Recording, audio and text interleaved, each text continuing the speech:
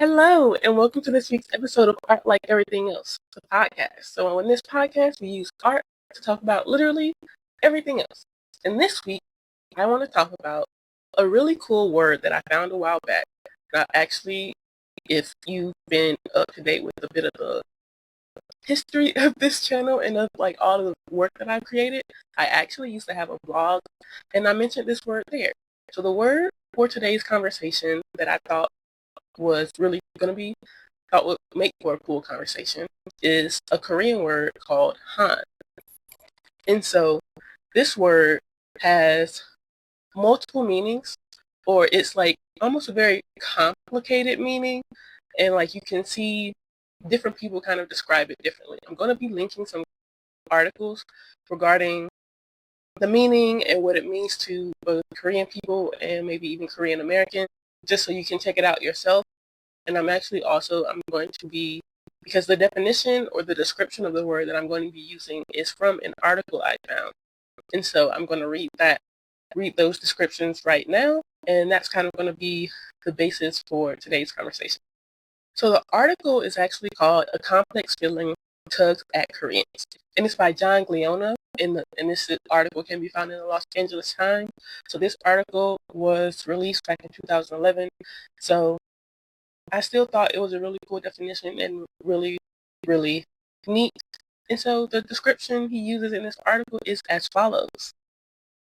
Scholars have called it an all-encompassing sense of bitterness, a mixture of angst, endurance, and a yearning for revenge that tests a person's soul, a condition marked by deep sorrow and a sense of incompleteness that can have fatal consequences.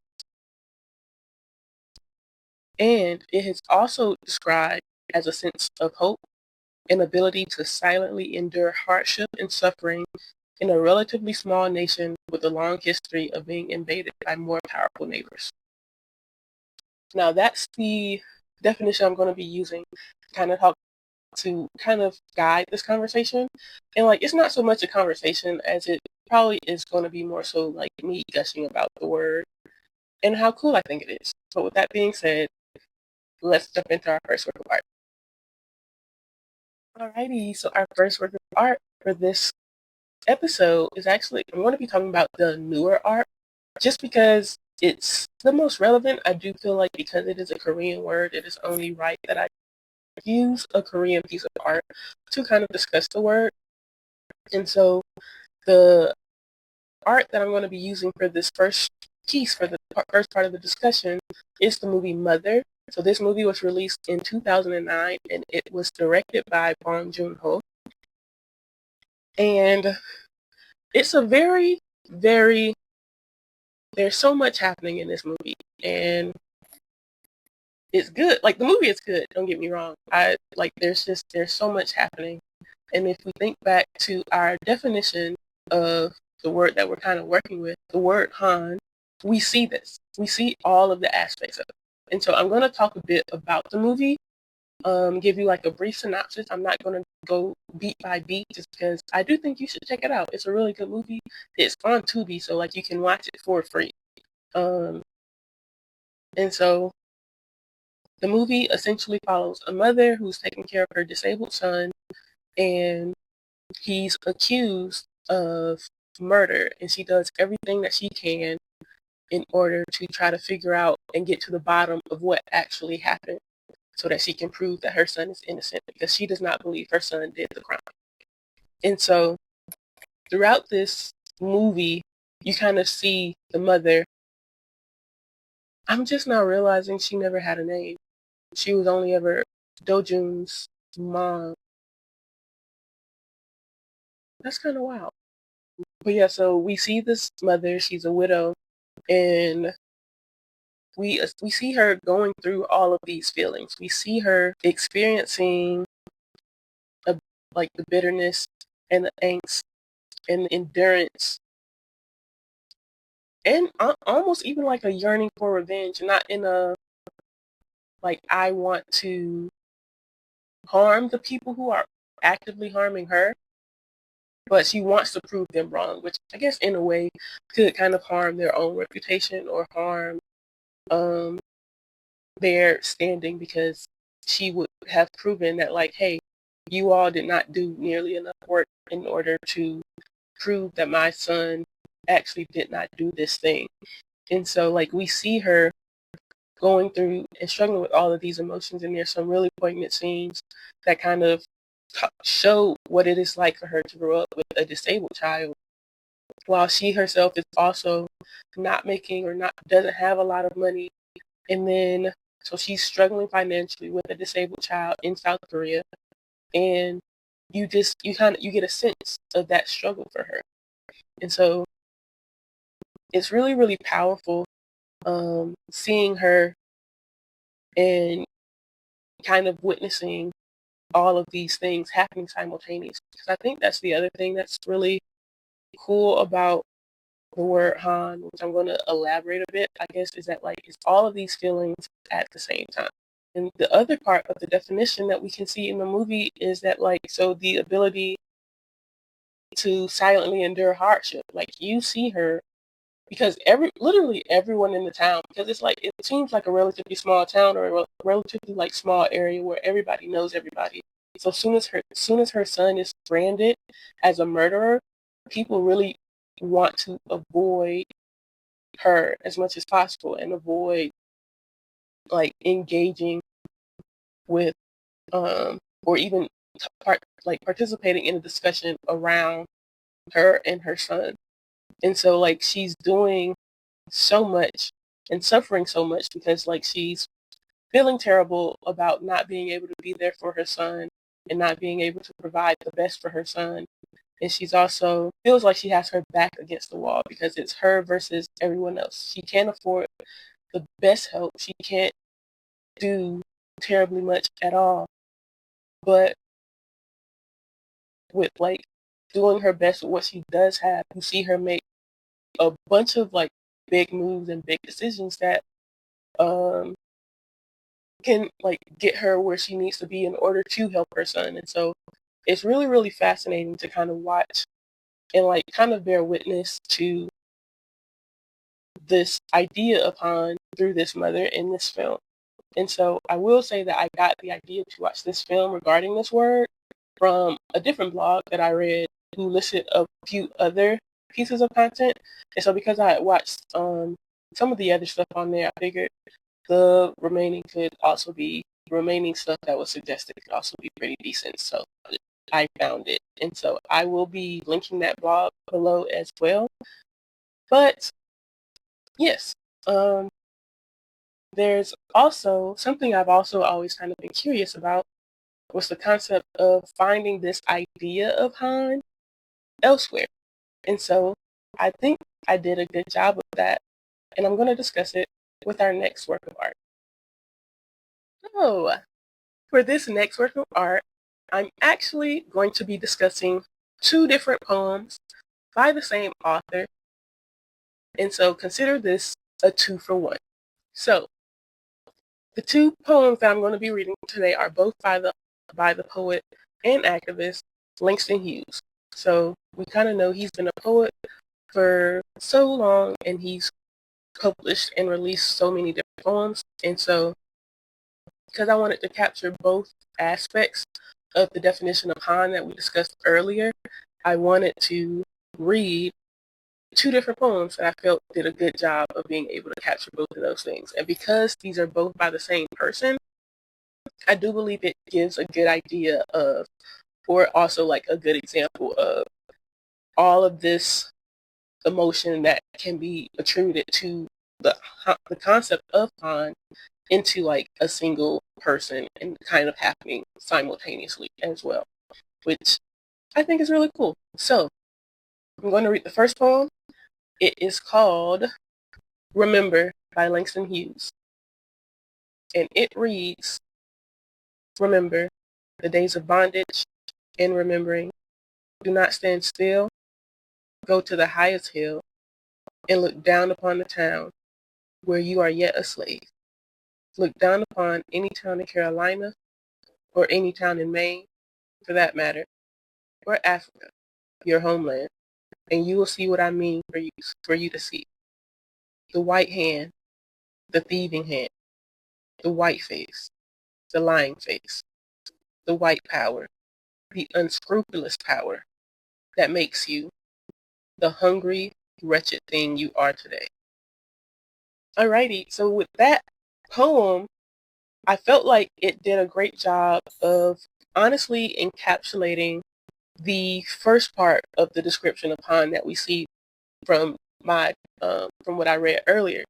So that deep sorrow and the sense of incompleteness and the sense of bitterness and angst and endurance and possibly and even like a yearning for revenge, because in the poem he mentions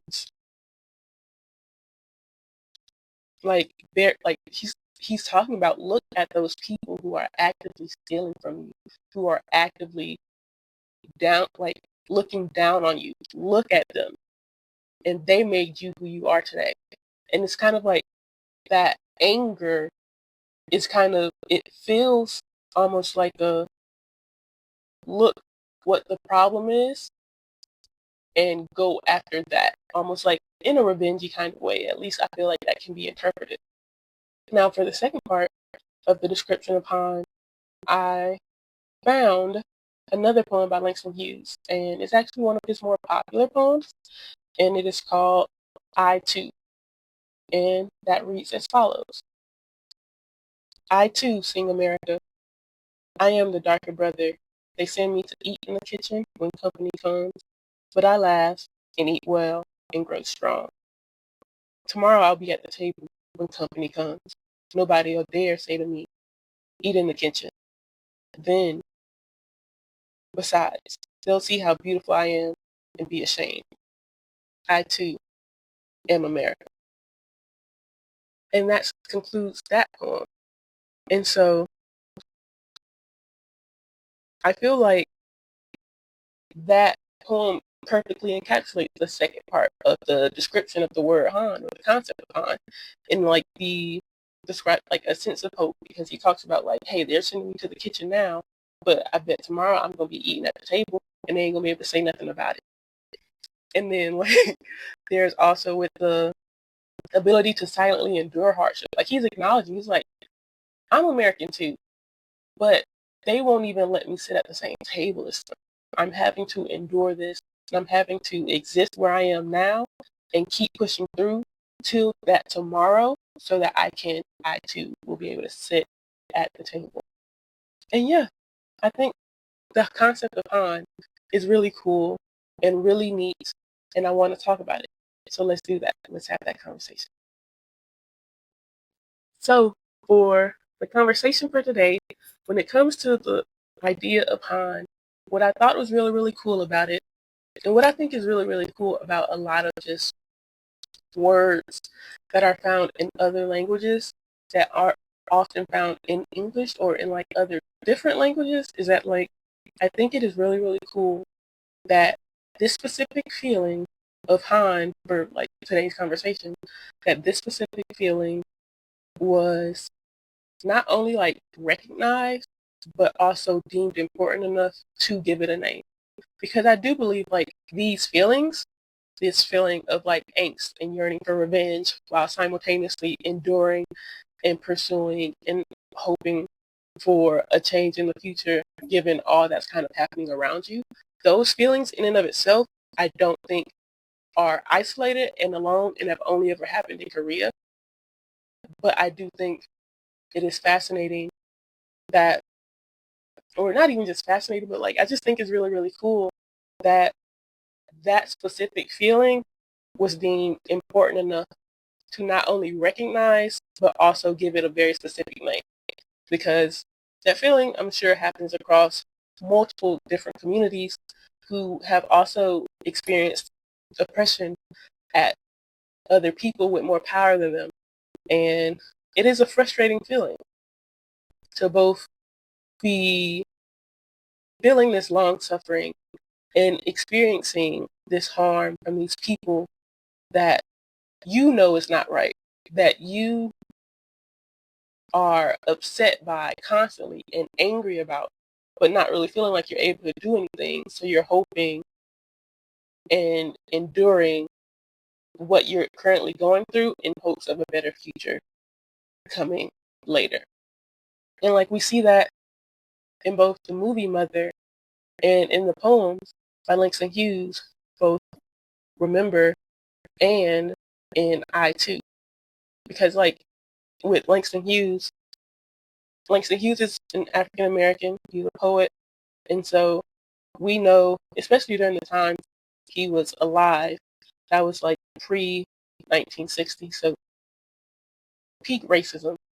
And so like him creating art kind of reflecting the exact feelings I feel like Han kind of describes, even though we didn't have a word for it here in America, he was able to express that through his art. And I kind of think that's something that happened a lot regarding everything that was kind of going on around that time. I feel like a lot of Black folks expressed it through their art or like maybe in conversation with their community, but it was never given a very specific word. And I think that's why I actually like the word so much, is that like I do think such a complicated feeling does deserve and warrants its own word. Because while like thinking back to the description that I gave regarding Han, the concept of Han, and it being the long suffering, the desire for revenge or yearning for revenge, deep sorrow, the sense of incompleteness, but also the hope and the ability to silently endure hardship. I think what's so fascinating about that concept is that all of those things are happening simultaneously. And I feel like being able to name that feeling is actually really, really important and really, really cool. And I know I keep saying that, but it's because it is. It's human people are complicated. And so I think being able to hold space and have space for holding and having these complicated emotions is going to be necessary to kind of recognize and be able to acknowledge, because we're all human. So it's like, yes, you might be simultaneously feeling a great deep sorrow regarding the life that you've lived and the art that you wish you could have made but you didn't make, and all of these things. But it is not always going to be peaches and cream, essentially. Like, it's not going to always be easy. And I think that's almost like the most frustrating part about the hoping part, is that like the sorrow and the long suffering very often, especially for those who are marginalized or have been marginalized, the long suffering and the hope are happening simultaneously. And it's hard to do that at the same time, especially now when the suffering seems to be taking precedent over a lot of what is going on. And so it makes sense that it is not easy, or it is not, I guess it even makes sense why it wouldn't be considered a word in all the languages, because I feel like too often people try to deny that like such a feeling is possible. And so that's also kind of why I think it is really cool that this word exists even anywhere, even if it's not in the English language, that it exists at all. I think it's really, really cool. And so I'm not Korean, so I can't really talk about or discuss how important this word is to someone who is Korean and to someone who also is Korean American. And like, I can't tell you why this word should mean a lot to you, but I am telling you why I think the word is really cool and why I like the word in and of itself and why it's cool to me. Because like I said earlier, there's a name for that very complicated feeling. Even if it's not in English, I now know there's a name for that feeling in a whole nother language that I feel like I've been able to kind of recognize in so many different communities, even if they're not able to say what it is specifically, but like the ability to hope and still desire something better while also experiencing this long suffering, this angst, and this yearning for freedom of sorts from the oppression that they're experiencing. it makes sense for this type of feeling to kind of exist. And because quite frankly, the feeling I think is necessary to exist because it's hard to know and want and hope for a better future without kind of at the very least acknowledging what it is you're hoping against. And so the word in and of itself was already going to be really, really important and really, really necessary to exist in general. And so I think it is cool that though it does not exist in every language, it exists somewhere, and I find it fascinating. And I just think it's really, really cool. And so maybe being a human, maybe experiencing complicated emotions too can be in art like everything else. Alrighty, so last and certainly not least is this week's awe moment. So for those new to the podcast, the awe moment is just the piece of art that kind of made me think while I was working on this episode. It's the AEW stands for Art of the Week, and that's just kind of to represent the theme for the week's episode.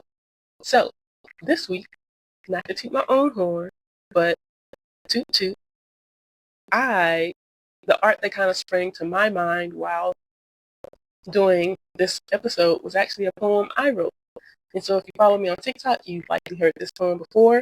But if you don't, and even if you did, I'm going to read it here now. So the poem is called Joy Despite. The poem reads as follows. It is not new that life has been saddled by doom. It is not new that pain and fear pierce the skies with deafening crescendos. It is not new that tomorrow was never promised and that the love I see today will soon be gone. And even still, I know that me and my people know Joy by her first name. And so, yeah, that's the poem I wrote. I actually came up with the title for that poem probably like a couple years ago. And then I just had the title written down in my notes app. And then like at the time earlier this year, actually, it's almost like the entire poem kind of sprang to mind and came out in my head. And so I wrote it down, and that's the poem. And it reminds me of the concept upon of the simultaneous like ability to hope and desire for a better future while also kind of experiencing and acknowledging like this long suffering that is happening around you and has been happening around you for a very long time. And I thought that was really, really cool and really, really neat. That like, I feel like just humanity in general is kind of put or sink in a way that we get to see like all the ways in which people feel like people, that like just like you're not alone in feeling how you were feeling. And I think that's really neat. And I really like that about being a person, about knowing that I'm not alone in feeling how I am feeling, that just because I think that I might be the only person who's ever felt like this, the odds are you read or you can do something and you see and you realize you're actually not so alone at all. And quite frankly, that was kind of the inspiration for this podcast. If you've also heard like maybe like the James Baldwin quote, that this is just like a rough paraphrasing, but it's essentially like you think you're the only person who's ever felt something or felt a certain way before, and then you read. And I feel like that's pretty much the concept. And that's also a lot of part of why why I was inspired to make this podcast, because art means a lot to me, and art has helped me to realize that I am not alone in feeling a very specific way or in witnessing or wanting to talk about very specific things. And I wanted to share that with other people. And so that's what I'm doing with this podcast. And so thank you for listening. That's literally how I want to end, because I am grateful that you would listen and participate and want to be here to hear my thoughts, and just me kind of want to let you and other people know that you're not alone in feeling the way that you feel, and that is okay. That's actually all I have for today's episode. Please follow, like, subscribe. If you're not following the podcast, please do. You can find us on not just Spotify, but also Apple Podcasts, anywhere you're listening to your podcast. And be sure to subscribe to us on YouTube. If you would like to keep up to date with any other cool projects that I might be releasing, follow Art Like Studios. And if you'd like to follow my personal accounts, I'm on Twitter, TikTok, and Instagram. And you can follow me at S3Ep20. I'm going to have it on the screen as well, so be sure to check it out. And it's also in the description. So if you never see it, if I ever on an off chance like forget to put it on the screen, it's always in the description as well. And so yeah, thank you for listening. Thank you for being. Have a great rest of your day. Bye.